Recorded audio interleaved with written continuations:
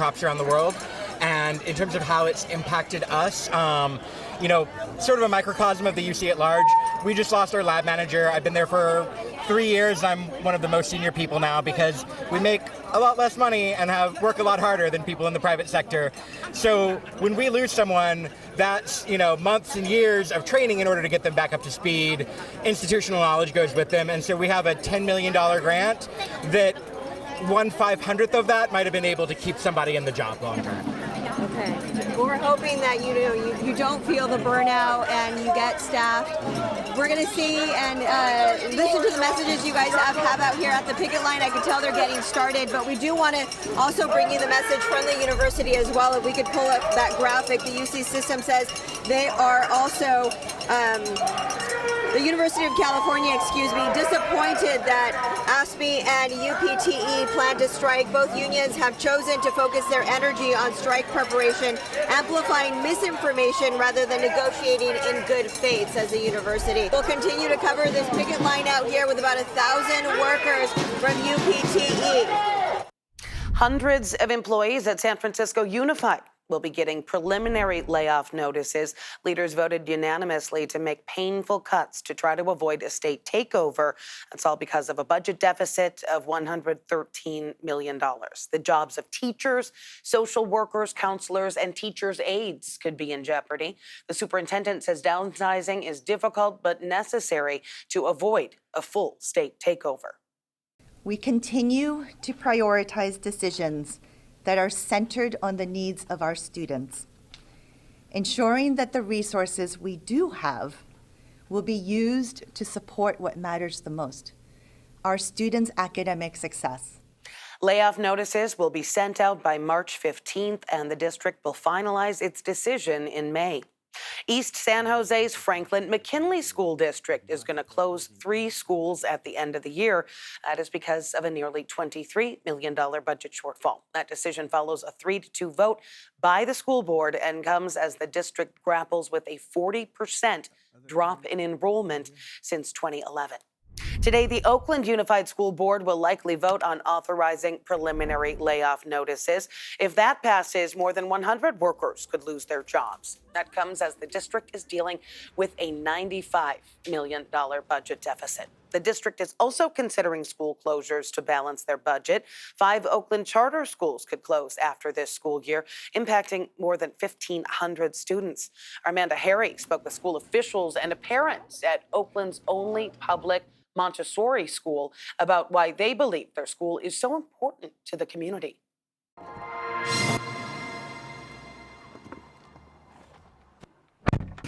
Joaquima Dyer spends a lot of time in her car. And even though it's a 70-mile round trip drive, it's totally worth it. She lives in Vallejo, but her kids go to school at Urban Montessori Charter School in Oakland. Dyer says it's the only school that has worked well for her son.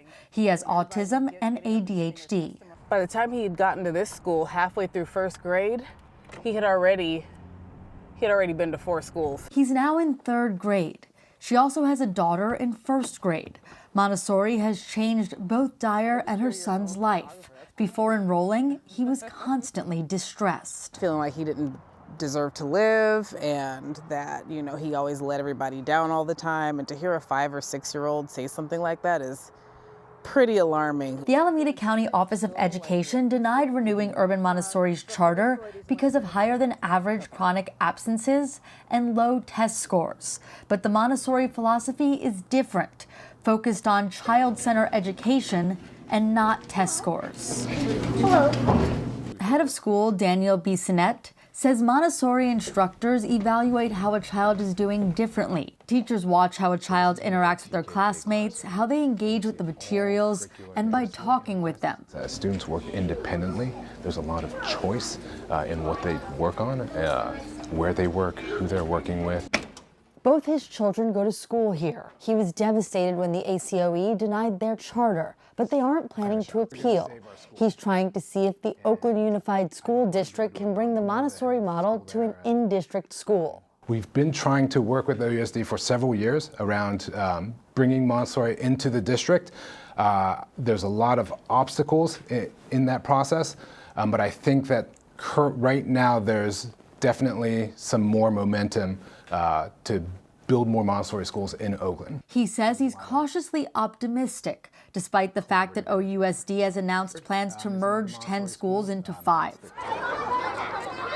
Dyer says for families like hers with neurodivergent students, the Montessori method has become a necessity, and that some of the children who currently attend the school won't thrive in a traditional environment. We need this school.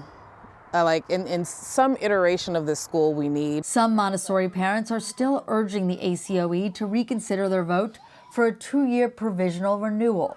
Hey son, can I get a hug? But for the time being, Dyer is letting her kids soak in what could be the last few months of attending their school. OUSD oversees 27 of the 38 authorized charter schools in the city. Still ahead here on CBS News Bay Area. That is the noise that neighbors say they are woken up to in the middle of the night. The real banging and smashing and radios and forklifts that happens all day long until around 5 or 6 p.m. Why the city of Oakland has a beef with this longtime meatpacking business. Plus, kicked off the job, we're going to hear from a leader of San Francisco's police commission who's just been pushed out. And we're going to take you to meet the man behind Cal Exit. Plan to leave the United States behind and have California set off on our own path. People side here.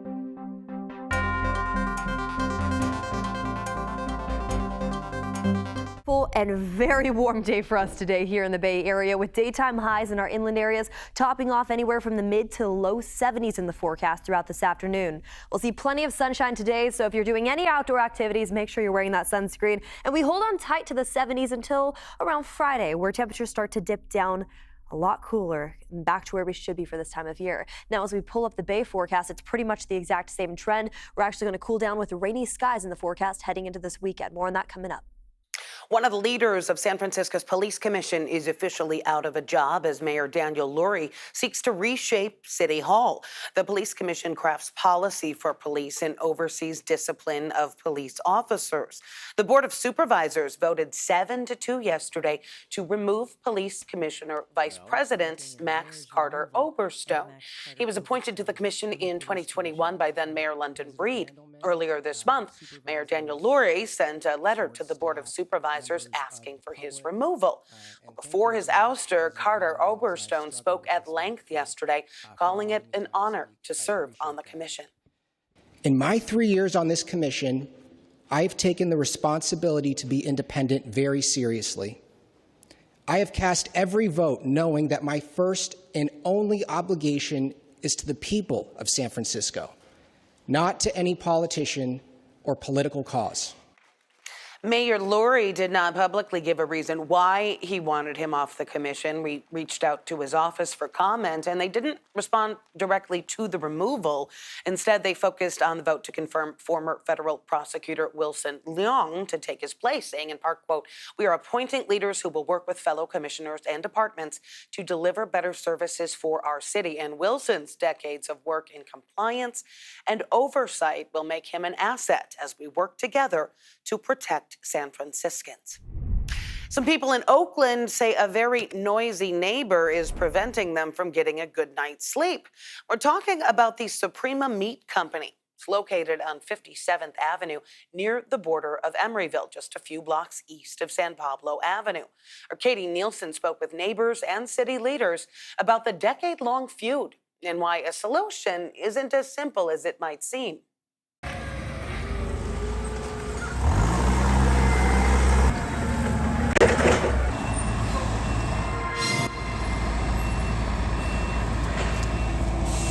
Beeping forklifts, idling trucks, workers shouting, metal gates banging.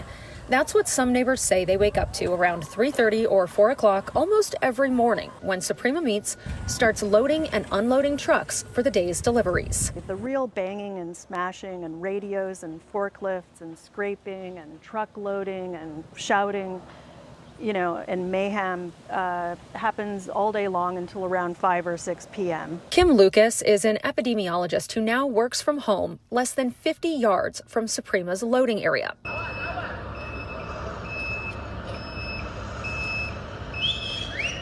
Over the years, she's captured these videos showing trucks blocking the streets and sidewalks, as well as loud noise at all hours of the day. Similar allegations are laid out in a new lawsuit just filed by the Oakland City Attorney's Office last week, asking the court to declare the business operations to be a public nuisance and order them to stop. We've done a lot and we can do more. But for the city to say that I've done nothing. Suprema Meats owner Mike Hara didn't want us to show his face on camera, but says over the past 10 years as the neighborhood has gentrified, they've gotten more complaints from nearby residents.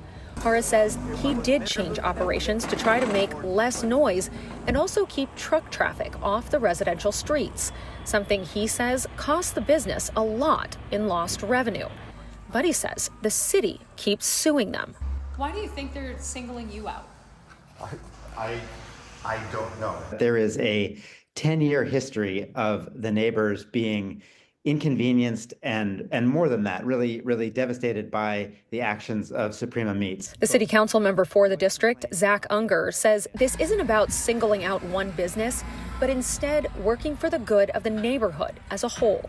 I am not someone who wants to chase business out of town, and I think that the city offered Suprema plenty of opportunities to change their practices or move their operations. I would like to see Suprema be successful, but not at the expense of our neighbors. We talked with a couple of the other neighbors who live right next to the meat company. They didn't want their faces on camera, but they said that they knew the meat distribution facility was here when they moved in, and their rent was a lot lower because of it. So they actually don't mind the noise. They feel like they're getting a good deal. Well, if the city is successful in its attempt to declare Suprema a public nuisance, the court could place restrictions on the company, like limiting its operating hours.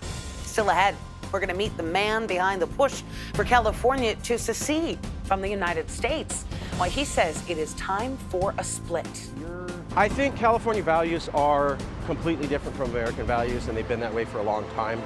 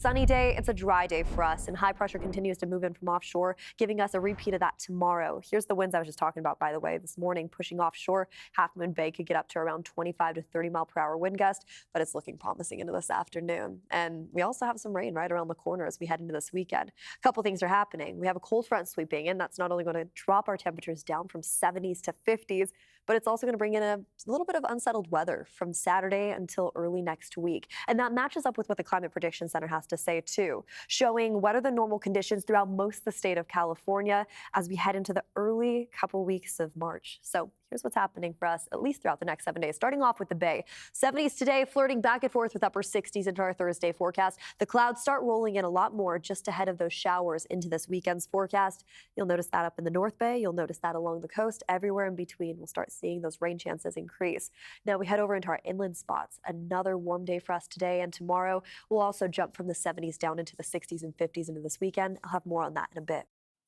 When it comes to our place in the union, California has long been in a class of its own. While President Trump won the general election last November by more than 2 million votes, following historical precedent, California went the other way, with Kamala Harris taking more than 58% of the vote. And with that deep divide, a radical idea is once again in the headlines, a push for California to secede from the United States.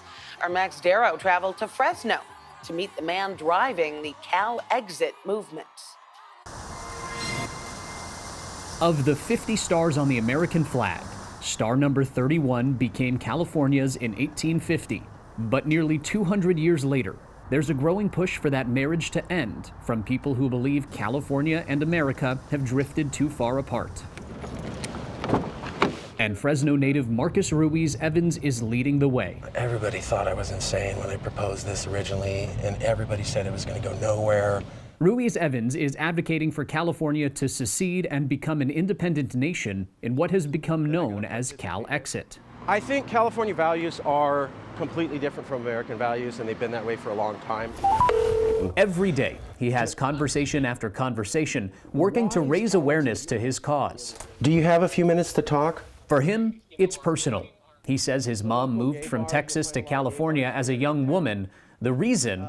So she came here, and she was treated with equality and respect. So with my aunts. He's passionate, with strong feelings towards the current administration and the State of the Union. I think when you have insurrections and you have one half of the country say that's cool, and then elect a president who led the insurrection, yeah, you're already there. Every 4 years, do you want to go through this fear that you're going to lose access, as you know it, to clean air, clean water, clean land, less pollution, safe places for transgender, undocumented immigrants not having to live in terror, etc. But Ruiz-Evans says the idea for this movement actually came well before President Trump's first term in office.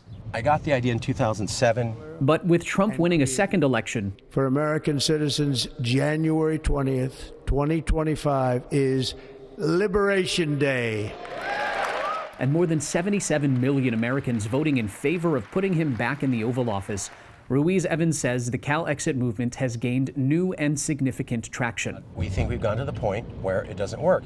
There are people out there who will respond to California as a nation. And there is potential that Californians will get a chance to vote on this. If a little over 546,000 registered voters sign these petitions by mid-July, people sign here, Californians will see the question, should California leave the United States and become a free and independent country on the 2028 ballot? I think we can get it. But there's a catch. If it winds up on the ballot and enough voters do say yes, it wouldn't mean California secedes. It would create an official commission to study California's viability as an independent nation. No, it doesn't make secession automatically happen. You can't do that. That's illegal. That rule comes from the 1869 Supreme Court ruling of Texas versus White. In a 5-3 decision, the court ruled states do not have the right to unilaterally secede. But there's a line from the majority opinion that Ruiz-Evans points to that he believes reveals a legal pathway there. Justice Salmon Portland Chase writes, the union between Texas and the other states was as complete, as perpetual, and as indissoluble as the union between the original states. There was no place for reconsideration or revocation except through revolution or through consent of the states. Texas versus White literally says consent of the states. Consent is not defined. Only a Supreme Court can define that. And his belief is that with the current Republican supermajority, a consensus could be reached. They have the power alone to vote us out. There's probably no way it really can secede, but if it did, California could survive on its own. By the balance sheet, Professor Henry Brady, an economics and political science expert at UC Berkeley, says California sends more federal tax dollars to Washington, D.C. than any other state and is less dependent on federal dollars than most states. On top of that, the state of California has the 6th largest economy in the world. We are an enormously important part of the nation because we produce so much gross national product. So to lose California, despite its wokeness that bothers Mr. Trump, would in fact be a problem for the United States. But Brady thinks it still would also be problematic for California. And I think in the end you would find that in fact economically we'd be worse off if we left the United States. I think it's an example of what happens when you have a lot of stuff going on in a country like we do right now, and a group decides, well, maybe the answer to the problem is to get away from the United States because we could do it better if we did it on our own. I'm a second-generation farmer, grower. I can't envision the United States without California. Aaron Gill's family roots run deep in the Golden State. California's home. He, too, thinks there are big issues that the state and the nation are facing that need solving. If you take agriculture really doesn't get the respect it deserves in California about how many people it feeds. And even bigger picture. And I see more of a divide of have-nots and haves. We're at one of those junctions in history that a conversation is being forced. Gill is representative of many Californians who understand the divisive issues facing Americans, but thinks the idea of secession is simply not an option. California will do better being part of the United States versus apart from it. So I welcome more discussion and more debate. That's what I think will bring more balance to how California develops. Though he disagrees with the Cal exit movement, Gill says he does see value in the conversation this has sparked. It's an out-of-the-box conversation, but it will bring in a lot of conversations or a lot of dialogue in terms of why California, what is its future, what should it be, and what can it be, and what position does it play within the United States as a whole. If Cal exit were to succeed, Ruiz Evans says cooperation between California and the United States would be essential. Putting up walls between America and California would be disastrous for both of our economies. He knows the idea may sound drastic. They're totally right. This is extreme. This is radical. But to Ruiz Evans, these divided times call for radical measures. We have reached out to Marcus Ruiz Evans for an update. We mentioned the movement needs more than 500,000 signatures by mid-July. Right now, about 100,000 people have signed. So he does have a lot of work to do in the next 4.5 months. We'll keep you posted. Coming up in our next half hour here on CBS News Bay Area, San Jose offering a one-way ticket to try to get people off the streets and out of town. I don't have anybody. No, I don't have family. I'm all by myself. We will meet a homeless woman who has some doubts about whether it will actually make a dent in the fight against homelessness. Plus, as the Bay Area grows, more people are moving to rural areas. But in this Contra Costa County neighborhood, that comes with some close calls. All of that onto the right-hand side is what burnt. We look at the big boom in home building in areas where it's not a matter of if, but when it might be threatened by a wildfire.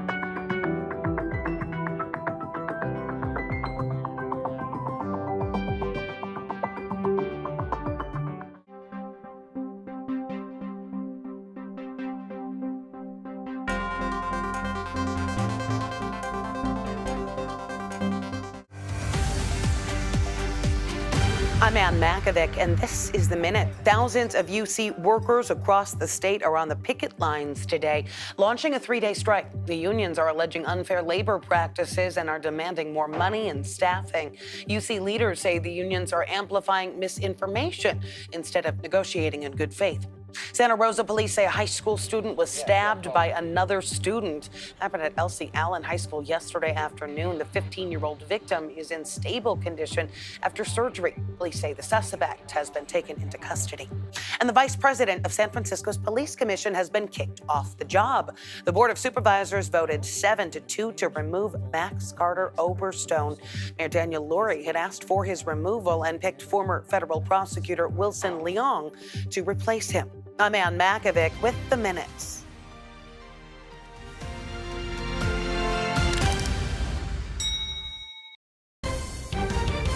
You're streaming CBS News Bay Area. It is a warm day for us today in the Bay Area as we're gearing up for 70s in the forecast near San Francisco, Oakland, and all along our coastline too. A little bit breezy this morning along our shoreline. That'll die down into the afternoon hours, but the big weather story for us has to do with this warm, above average day that we're all experiencing from Santa Rosa at 72 to San Jose, sitting at 77 into this afternoon for our daytime highs. It is a warm and it puts us about 10 to 15 degrees above average this afternoon as high pressure moves in from offshore, drying us up and warming us up. But that only will last for a few days. I'll show you that in just a second. Let's start off with this morning. Wind gust up to around 27 miles per hour near Half Moon Bay. That dies down a lot as we head into this afternoon, leaving us with still some offshore breezes, but significantly lighter. Now we take a look at the next couple days. We're going to stay dry today, tomorrow, lasting into Friday, but those rain chances start to increase as we head into this weekend. By Saturday into Sunday, we'll see what are the normal conditions for this time of year. And the Climate Prediction Center has also proven that too, just issued by their rainfall outlook as we gear up for the next 6 to 10 days. More unsettled weather on the way, so let's actually dive into that right now. I want to show you our inland forecast to start off. You head over to areas like the East Bay or the Santa Clara Valley. Well, today we're sitting in the 70s, even warmer for our friends down south. But once we head into our Friday forecast, we start to see that cold front move in from offshore. That jumps us down to the low 60s and upper 50s. As we head into this weekend's forecast, both Saturday and Sunday, we'll see showers, unsettled weather, chilly temperatures too, so gear up for that. I know this little warm front that's moving in has been a treat for us, but it's not going to last for too much longer. And we make our way over into the Bay. It's pretty much the same trend anywhere from San Francisco over into Oakland, with beautiful weather today and cool conditions heading into this weekend. Well, we have seen it play out in Southern California with devastating consequences, wildfires erasing entire neighborhoods in densely populated areas that were surrounded by trees and vegetation. More Californians than ever are living in these wildfire areas, and that goes for our region as well. CBS News found a significant rise in Bay Area homes prone to wildfire risk. There are 1.2 million homes in wildland areas. That is a 27% increase since the 1990s. One community in Contra Costa County saw one of the biggest spikes. Kevin Coe takes us to Brentwood, where some homeowners are all too familiar with the risks, especially when the nearby hills turn from green to brown.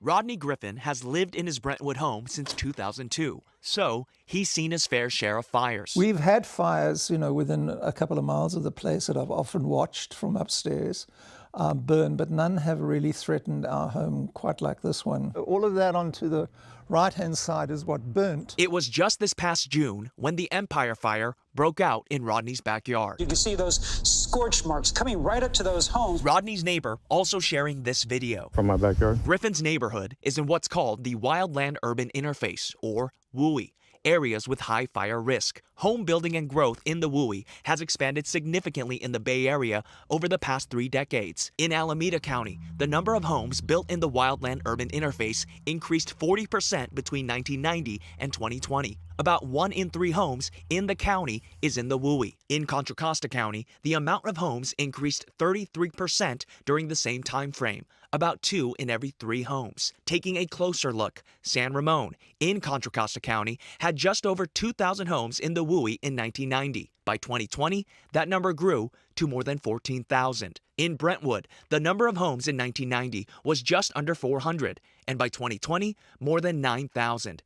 Andy Botso is a battalion chief with the Contra Costa County Fire Protection District. Now we're creating these dense neighborhoods and pushing really deep into these wildlands that it's just a fact of life that you're going to encounter wildfire at some point. In the right conditions, flames can spread quickly, particularly in the wildland-urban interface. That's what we worry about in neighborhoods like this. They're beautiful, they have beautiful views, but in the summertime, if a fire gets a good head of steam, it can spot ahead of itself. A close call, like the Empire Fire, reveals the stark reality for homeowners. We could have had quite a lot of destruction. Griffin knows a collaboration between homeowners and fire crews is necessary to mitigate fire risk. I've looked at potential entry points for embers that might hit the home. I've been in the roof and looked in the attic to make sure that there is proper mesh and covering on them, but there's more that we need to do. And yet, the risk increases as more homes are built in the wildland-urban interface. So Brentwood was one of the fastest growing, but some counties in the North Bay have already had more than 80% of homes in fire-prone areas. 88% in Marin County, 84% in Napa, and farther north, 87% in Mendocino County, 95% in Lake County. Separately, for the first time in 15 years, CAL FIRE also released a new fire risk map for the Bay Area, the red representing very high-risk fire zones. Sonoma County saw the biggest increase with that designation, and in Oakland, fire hazard zones were reduced. Homeowners in those danger zones will eventually have to use more fire-resistant building materials and landscaping and create a 5-foot ember-resistant zone around their homes. In the LA wildfires, fences fueled the spread of the flames. So the state is also going to require fences that connect to homes to be made out of something other than wood. And so by breaking that pathway, that first 5 feet around the home, it truly makes a difference in saving the home, even if the rest of the wood fence burns down. CAL FIRE is still rolling out its fire risk maps through the rest of the state. The new maps are not expected to change how insurance companies make their policy decisions. If you want to see if your neighborhood sits in a vulnerable zone, we've posted the maps and data on our website, kpix.com. San Jose adding another toolbox to the city's box when it comes to fighting homelessness, a ticket out of town. For the past year, the city has banned encampments and RV parking in certain areas in order to get people off the street. But that means people have to go somewhere. The city knows that, which is why they've taken steps to open up space for people living on the street, whether it's by adding additional RV-safe parking zones or building tiny modular homes across San Jose. Those efforts have had mixed results, and city leaders know there is much more to be done. So the city announced a new strategy called Homeward Bound. It's being used in San Francisco. It gives free rides to send homeless people back to their loved ones, even if they're not in California. But John Ramos asks, how many of them are actually going to want to go?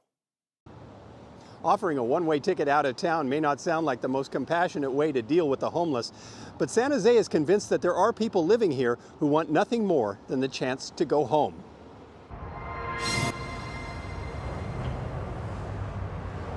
St. James Park is only 2 blocks from City Hall, but during the day it is filled with people who have nowhere else to go. One of them is Drew Cleary. I mean, you just never know what makes a person end up in this situation, you know. Drew lives on the streets with her 2 dogs, Dad and Buttercup. They are all the family she has. I don't have anybody. No, I don't have family. I'm all by myself. She's been homeless for a year now and traveled from Modesto to San Jose a month ago because she heard there was more services here. But there's even less of a chance of finding a place to stay here than there. Well, the lady that charged my phone for me today, their outreach workers, you know, asked me, well, if you could go back to Modesto, would you go? You know, if you, instead of sitting here for a month outside and not knowing nobody or nothing. And I was like, well, I don't really have a way to get back to Modesto. That's what the city thinks is happening. People come here and get stuck and end up with no way to go back to family. Many of the people living and dying on our streets have a loved one who cares for them. Many have connections and ties to places they can't reach. And each one has a different story, a different reason for being on the streets. And some, many, are desperately looking for a way out. Homeward Bound is a $200,000 pilot program offering train or bus tickets to unhoused people to return home.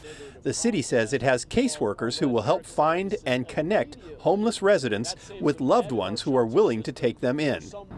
This program, Homeward Bound, offers one way out.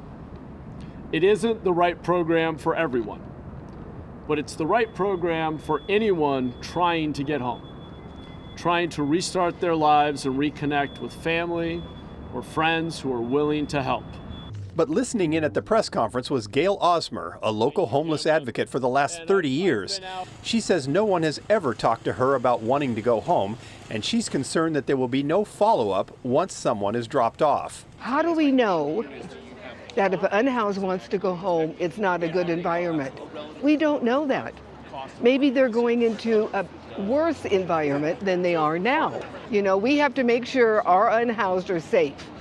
And we're not sure at this point if they will be safe going back into that family or friend environment. And that's what scares me. As for Drew, she has her doubts how many people it would affect. And she says some nonprofits are already offering help with transportation. If you want to help people, there's probably better ways to help them than that. But that's a good thing. But most of these people don't really have anybody to go home to. So it wouldn't be really like a really big thing, you know. The city admits it has no idea how many people might want this help, but they say it is worth trying. And they say for every individual who takes the offer, there will be one less person looking for a place for the night. San Jose plans to triple its shelter capacity over the next year, but there still won't be enough room to house everyone. Officials say the expense of sending somebody back home to family is a fraction of the cost of putting them into the shelter system.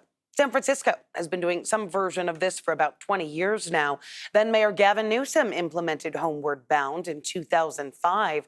And then in 2023, the city turned it into 3 separate programs. The city says in total, those programs have relocated more than 11,000 people. Coming up next, it is not just San Francisco. South City's also struggling to keep its downtown filled. We're going to meet the city worker trying to empower small businesses to fill the void. And I really just enjoy working here and wanting to help our businesses and our community members succeed.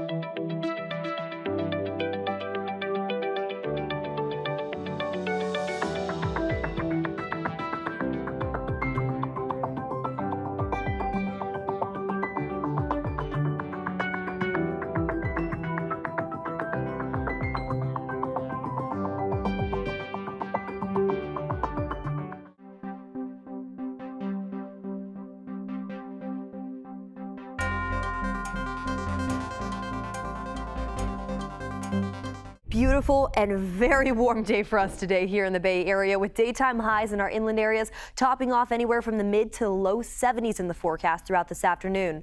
We'll see plenty of sunshine today, so if you're doing any outdoor activities, make sure you're wearing that sunscreen. And we hold on tight to the 70s until around Friday, where temperatures start to dip down a lot cooler and back to where we should be for this time of year. Now, as we pull up the Bay forecast, it's pretty much the exact same trend. We're actually going to cool down with rainy skies in the forecast heading into this weekend. More on that coming up.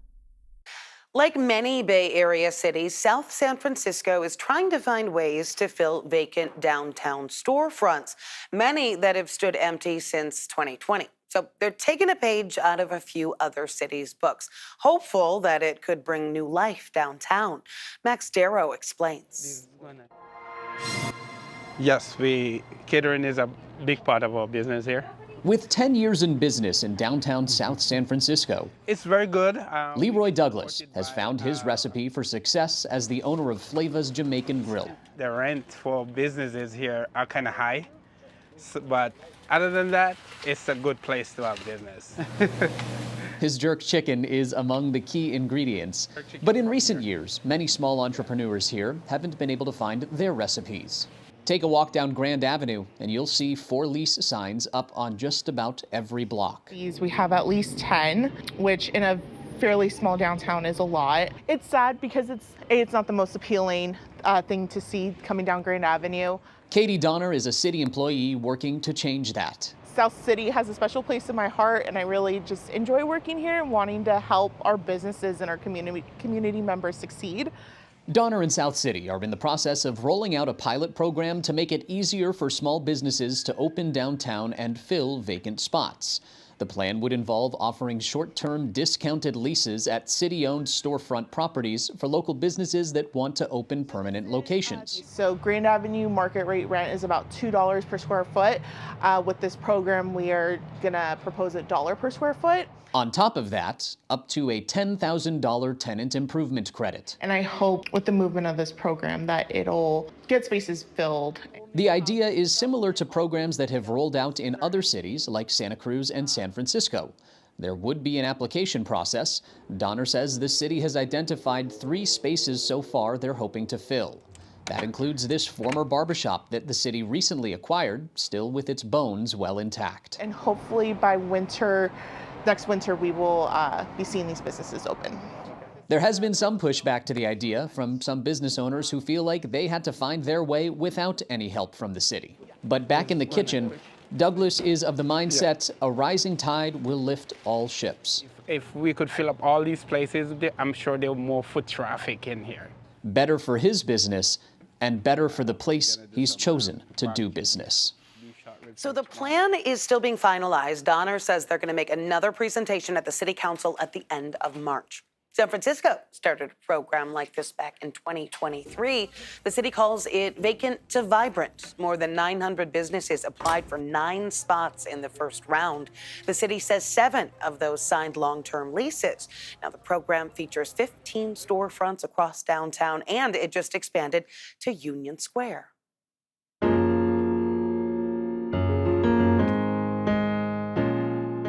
Well, this Black History Month, we are shining a spotlight on a local musician who passionately shares his musical heritage and roots. Keenan Webster has a deep connection to gospel and West African music. He performs at public libraries in Marin County, blending his musical influences with and connecting with people.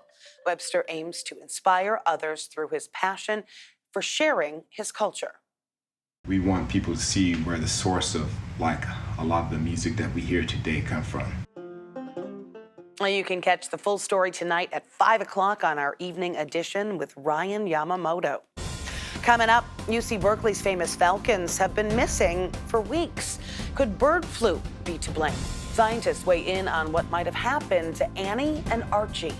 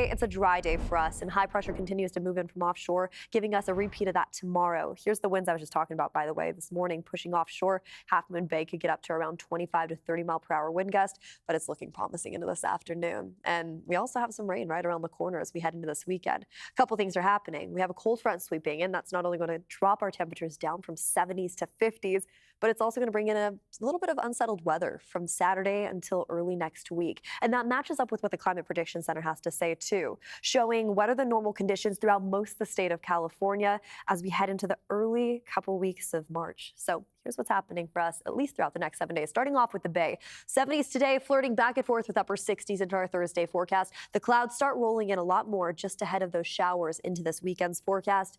You'll notice that up in the North Bay. You'll notice that along the coast. Everywhere in between, we'll start seeing those rain chances increase.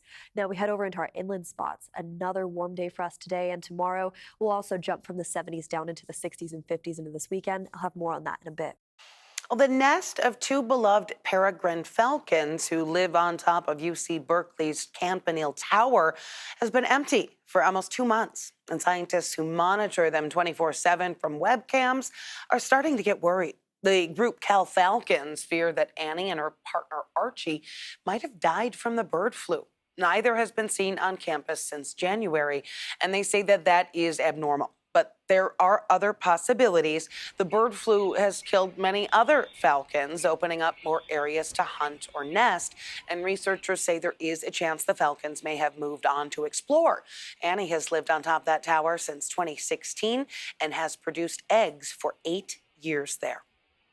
Thanks for streaming CBS News Bay Area. I'm Ann Makovic. We're going to be right back with your first alert forecast and another look at your top stories.